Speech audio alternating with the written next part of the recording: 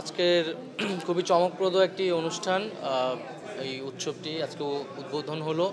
৯ দিনব্যাপী এটি চলবে এবং এটি আমাদের চলচ্চিত্র এবং সংস্কৃতির জন্য খুবই গুরুত্বপূর্ণ।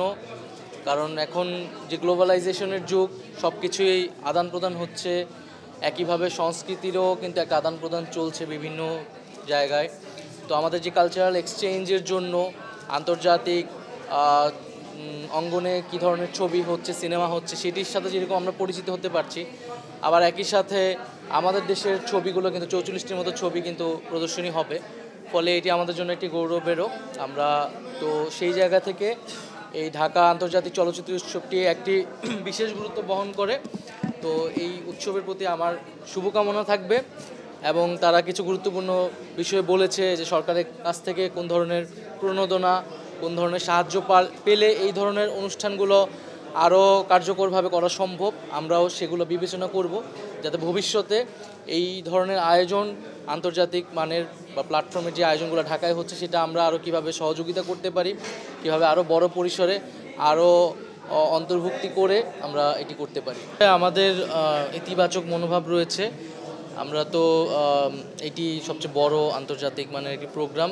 তো এইটিরকে প্রণোদনা দেওয়াটা আসলে সরকারের দায়িত্ব। তো আমরা যেহেতু এটি একটা দীর্ঘ সময় পার করলো, 23তম আজকেও হচ্ছে এবং খুবই উৎসব এবং আনন্দমুখর পরিবেশে।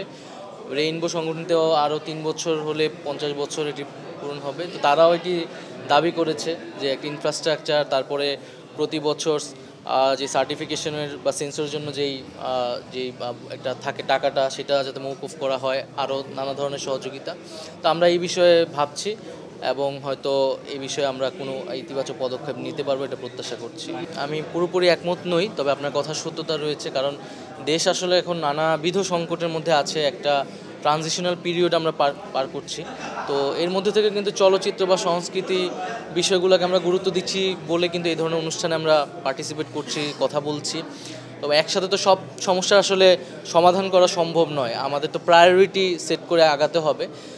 তারপরেও আমরা চেষ্টা করছি যাতে সরকারের জায়গা থেকে, আমাদের মন্ত্রণালয়ের জায়গা থেকে নীতিগত সংস্কার করা এবং এই ধরনের প্রোগ্রামকে প্রণোদনা দেওয়ার জন্য কার্যকর পদক্ষেপ করা। কারণ আমাদের তো এই আয়োজনগুলোর সাথে পরিচিত হতেও একটা সময় কিন্তু লেগেছে, গত 5 মাস লেগেছে। হয়তো আমরা যে সময়টুকু আছি সেই সময়ের জন্য কিছু না কিছু আমরা কার্যকরী পদক্ষেপ নিতে পারবো, এটা আমাদের প্রত্যাশা এবং এটা আমাদের কমিটমেন্টও।